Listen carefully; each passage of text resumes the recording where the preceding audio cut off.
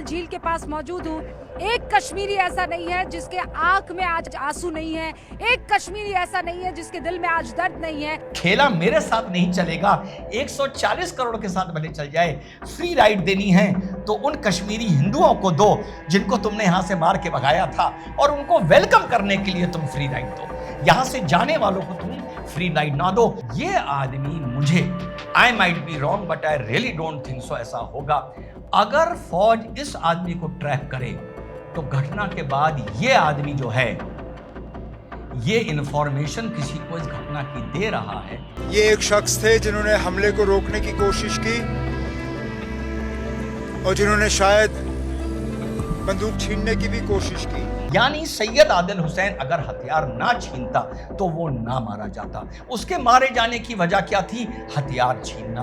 उन 26 के मारे जाने की वजह क्या थी? उनकी वजह थी इस्लामिक टेरर, मुस्लिम टेरर, और वो इस मारे गए क्योंकि वो काफिर थे। और आज मैं इस मारे बड़ी डंके की चोट पर इस्लामिक टेरर बोल रहा हूं और बोलता भी आया हूं, क्योंकि चक करके मारा गया कि तुम मुसलमान हो या काफिर हो, कलमा पढ़ सकते हो। अब इसको अगर इस्लामिक टेरर का नाम नहीं दोगे तो कौन क्या, इसको क्या नाम?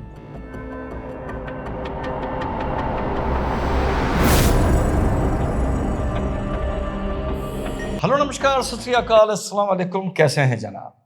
तो साहब, हर तरफ ये चर्चा है कि वैली, कश्मीर वैली गम में डूब गई है, दुकानें बंद हो गई हैं और लोग प्रोटेस्ट कर रहे हैं। सुनने समझने में प्रथम दृष्टिया बहुत अच्छा लगता है। आइए आज आप लोगों की इसके अंदर की एक कहानी बताता हूं और इसी को मैं अपने हिसाब से अपना एनालिसिस बोलता हूं कि जहां पर डॉट्स को ज्वाइन करने के लिए कभी कभी पूरी शायद रात निकल जाती है। तो साहब, कश्मीर में इस घटना के बाद दो चीजें बड़ी चर्चा में हैं। एक तो आम कश्मीरी का विरोध, दुकानें बंद होना, सबकी आंखें नम हैं, और एक सैयद आदिल हुसैन की कुर्बानी जो उन्होंने कुछ टूरिस्ट को बचाने के लिए दी और राइफल छीनते हुए वो मारे गए। इन दोनों बातों पर विश्लेषण, और एक उस दिन का वीडियो मुझे मजबूरी में आपको दिखाना पड़ेगा। एक आदमी को मेरी आईज ने ट्रैक किया है, मुझे लग रहा है वो आतंकियों का इन्फॉर्मेंट हो सकता है उसकी सस्पिशियस एक्टिविटी से। तो साहब, हुआ ये कि आज से पहले जब भी ऐसा किस्सा हुआ, देखिए कश्मीर में जो आउटसाइड्स कश्मीर से वहां लोग पहुंचते हैं, जो अधिकतर मूलतः नॉन मुस्लिम हिंदू होते हैं, उनको मैंने 3 श्रेणियों में बांटा है। यहां पर मैं फौज को भी इसी की श्रेणी में गिनूंगा आप लोगों को समझाने के लिए। तो साहब, एक तो वहां फौज पहुंचती है, एक वहां अमरनाथ के यात्री पहुंचते हैं, और एक वहां पर टूरिस्ट पहुंचते हैं। ठीक, फौज हमेशा से आतंकियों के निशाने पर रही है, इसमें कोई झूठ नहीं है। और इसमें भी कोई झूठ नहीं है कि फौज जब आतंकियों के निशाने पर होती है तो अफसोस की बात है कि कश्मीर के टूरिज्म पर उससे फर्क नहीं पड़ता। हाँ, स्टूडियो में बैठकर ट्विटर पर, फेसबुक पर उनकी याद में, और तब याद में जब वो काफी गिनती में शहीद किए जाएं, 1-2 में नहीं, कम से कम 8, 10, 15, 20, 44 जैसे पुलवामा में हुए थे, तब लोग इस पर ट्वीट काफी करते हैं और स्टूडियो में बैठ के शेर बनते हैं। लेकिन कश्मीर का उनका जो टूर का प्रोग्राम है, हॉलिडे का प्रोग्राम है, वो आर्मी पर जब अटैक होता है वो उसको डिस्टर्ब नहीं करता है। तो इस तरह मैंने आपको समझा दिया आर्मी पर अटैक। और आर्मी पर कई अटैक होते आए हैं, पुलवामा से पहले भी होते आए हैं, पुलवामा के बाद भी होते आए हैं, और आगे भी शायद होते रहेंगे। तो ये हम लोगों को ये अटैक अफेक्ट नहीं करते हैं।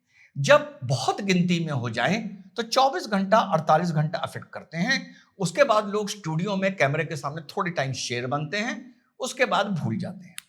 दूसरे अटैक जो होते आए हैं वो अमरनाथ के यात्रियों पर होते आए हैं, और वो चीज नई नहीं है। सन 2000 में अमरनाथ पे, पहलगांव के आगे अमरनाथ के जो बेस कैंप था उस पर अटैक हुआ। 32 लोग इसमें मारे गए थे, जिसमें कम से कम 25 श्रद्धालु थे, कुछ लोकल थे और आर्मी पर्सनल थे। उसके बाद 2001 में शेषनाग लेक के पास हुआ। ये भी अमरनाथ के यात्री थे।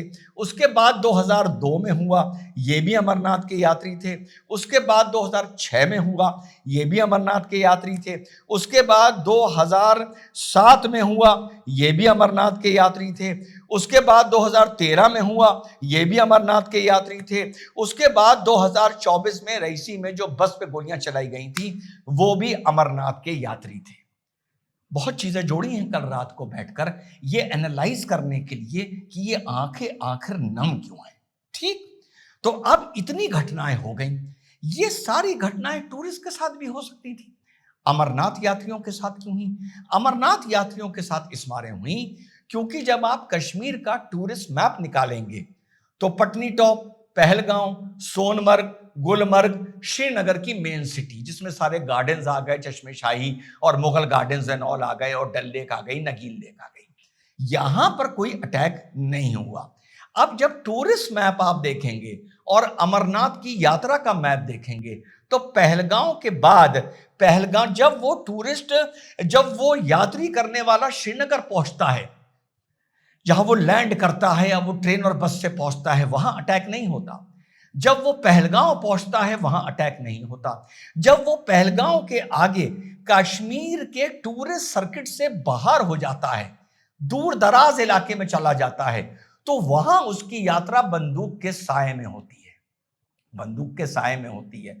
पर वही टूरिस्ट जब पहलगांव पहुंचता है और जब श्रीनगर पहुंचता है तो उसे इतना बंदूक की साए की जरूरत नहीं होती, क्योंकि वहां तक वो जो कर रहा होता है वो सिर्फ एक टूरिस्ट की हैसियत से वहां पर बिजनेस दे रहा होता है। तो 3 कैटेगरी मैंने आपको बताई। एक अटैक होता है आर्मी पर, सोचिएगा जरूर। एक अटैक होता है ना जाने क्यों यात्रा का जब रूट शुरू होता है जो टूरिस्ट सर्किट से अलग है। और तीसरा हो गया जो टूरिस्ट सर्किट में अटैक होता है। टूरिस्ट सर्किट में अटैक नहीं होता था, इन्हीं दोनों सर्किट में अटैक होता था। और हम माशाल्लाह देशभक्त जो बताते हैं कि बॉर्डर पर कभी पेट्रोल छिड़क दो, कहीं बांग्लादेश में बारूद छिड़क दो, और जो पिछले 1-2 दिन से बड़े विचलित हो रहे हैं, और उसमें से कुछ मुट्ठी भर डॉक्टर सैयद रिजवान अहमद से भी ये कह रहे हैं कि क्या प्रॉब्लम है पाकिस्तान के जंग करने में। उन राष्ट्रभक्तों को, उन देशभक्तों को आर्मी पर जब अटैक होता है तो उनके टूरिज्म प्रोग्राम में फर्क नहीं पड़ता है। Itinerary does not change. जब अमरनाथ यात्रियों पे होता है तो वो भी दूर होता है।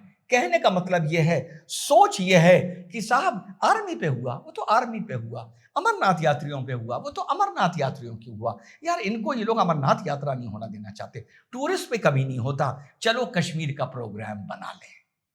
और उधर से जो मार रहे होते हैं उन्हें इस साइकी का आइडिया है कि आर्मी को अटैक करो तो तुम्हारा व्यापार नहीं रुकेगा, तुम उधर अमरनाथ यात्रा पे अटैक करो तो तुम्हारा जो टूरिस्ट सर्किट है, जो लोग अपने आइटनरी बना के आते हैं, वो अफेक्ट नहीं होगी। तो उधर से जो लोग मार रहे हैं उनको भी ये पता है आर्मी पर अटैक होगा तो भारत के राष्ट्रभक्तों का कश्मीर का प्रोग्राम कैंसिल नहीं होगा। उधर अगर अमरनाथ पर अटैक होगा, यानी जो टूरिस्ट सर्किट है, यानी जो आइटनरी सर्किट है, उससे जब आगे जाके अटैक होगा, उससे दूर अटैक होगा, तो ये आइटनरी चेंज नहीं करेगी। अब इस बार पहली बार इस टूरिस्ट सर्किट पर अटैक हुआ है जो टूरिस्ट को डायरेक्टली अफेक्ट कर रहा है, जो सीजन शुरू होने से पहले कश्मीर के टूरिस्ट सर्किट के बिजनेस को अफेक्ट कर रहा है। इस मारे आंखें नम हैं, इस मारे श्रीनगर में ताला बंद है, इस मारे लाल चौक को बंद किया गया है। अब मैं आप लोगों से एक उल्टा सवाल पूछता हूं, विशेष तौर पर उन देशभक्तों से जो चाहते हैं बांग्लादेश पे पहले बारूद डाल दो, पाकिस्तान के बॉर्डर पे पहले पेट्रोल डाल दो, तबाही मचा दो। उन सब से मैं सवाल पूछता हूं कि अगर यही अटैक जुलाई में अमरनाथ यात्रा के दौरान किसी दूर दराज पहाड़ों पर हुआ होता तो क्या आने वाले वक्त में श्रीनगर का, गुलमर्ग का, सोनमर्ग का, पटनी टॉप का टूरिज्म पे फर्क पड़ता? जवाब है नहीं पड़ता। मेरा यही सवाल है कि यही अटैक में अगर 11 फौजी कहीं दूर दराज पेट्रोलिंग करते हुए मारे जाते, जो टूरिज्म सर्किट में ना आता, तो क्या टूरिज्म पे फर्क पड़ता? ना पड़ता। मेरा सवाल यह है कि दूर दराज अगर यात्री मारे जाते या दूर दराज कहीं फौजी मारे जाते तो क्या कश्मीरियत की आंखें नम होती? तो क्या ये मार्केट बंद होते? ना बंद होते।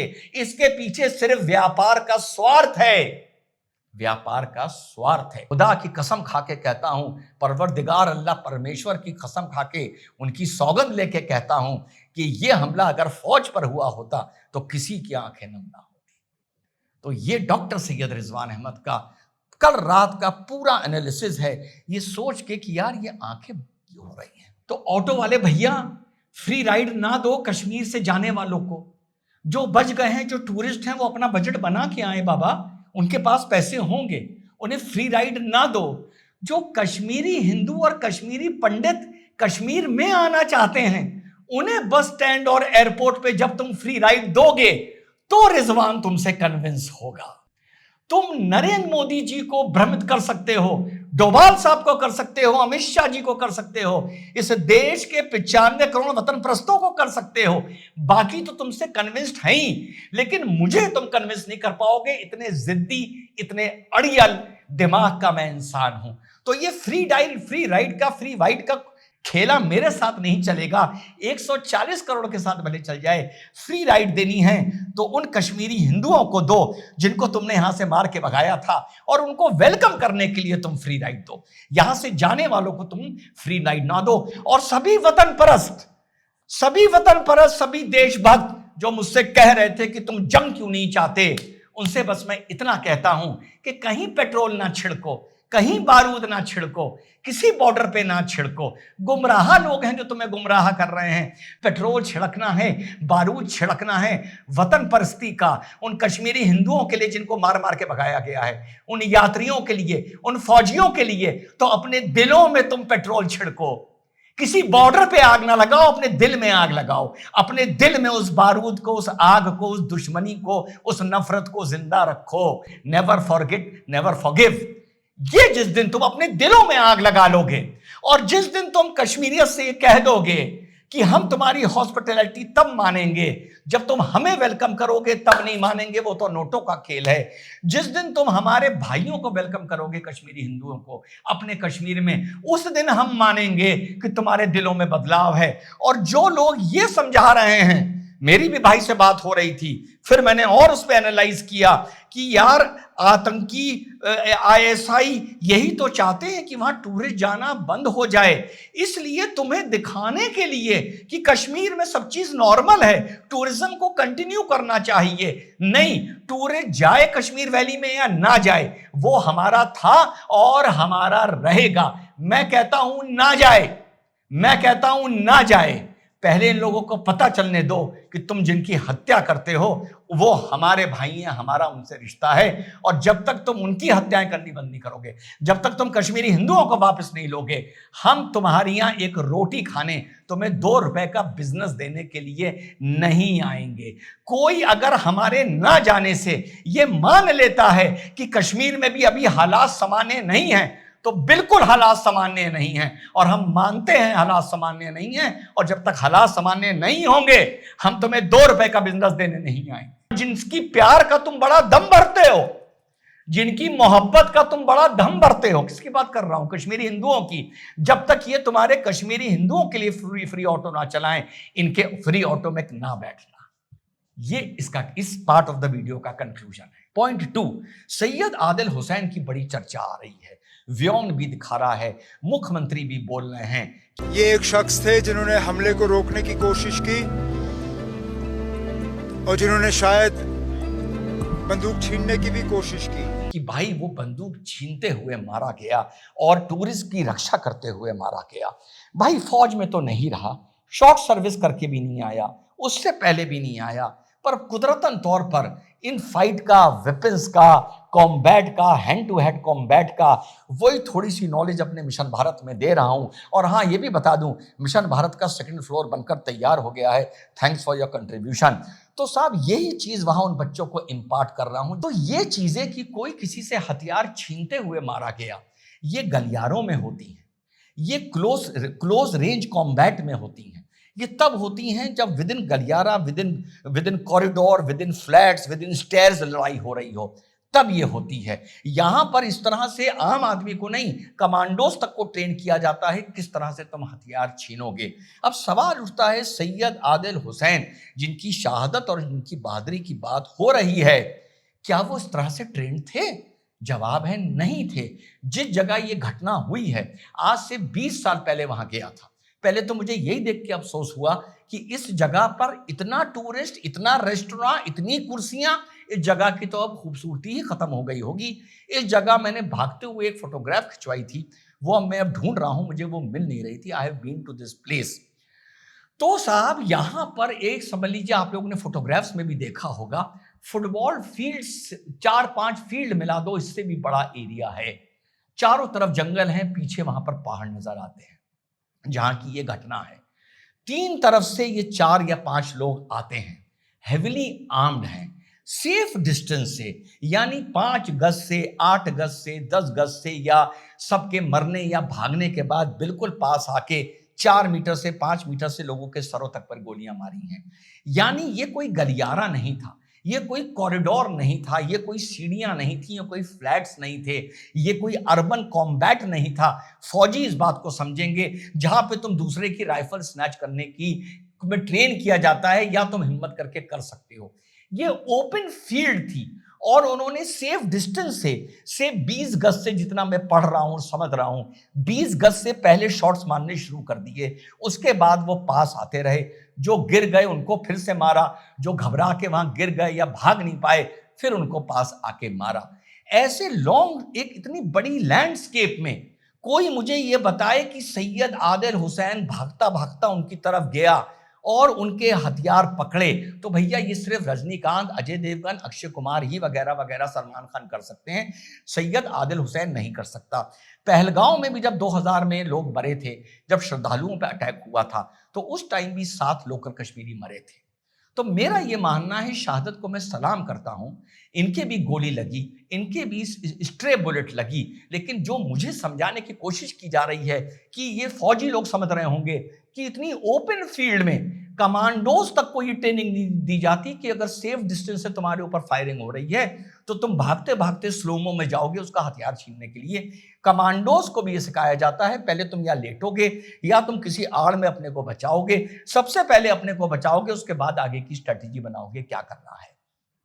दूसरा बात, और तीसरी बात, सैयद अली हुसैन से यदि मैं मान भी लूं कि वो लॉन्ग डिस्टेंस से फायरिंग कर रहे थे और सैयद आदिल हुसैन स्लोमो में भागता भागता जा रहा था उनकी गोलियों का सामना करने के लिए, उनका हथियार पकड़ने के लिए, तो इसका मतलब यह है सैयद अली हुसैन की शहादत को, उस नरमम हत्या को उन 26 हत्याओं से जोड़कर नहीं देखा जाता जो वहां पर टूरिस्ट की हुई हैं, नहीं देखा जा सकता। हत्या सेम है, गोली सेम है, गोली चलाने वाला सेम है, लेकिन दोनों के पीछे का कंसेप्ट से अलग है।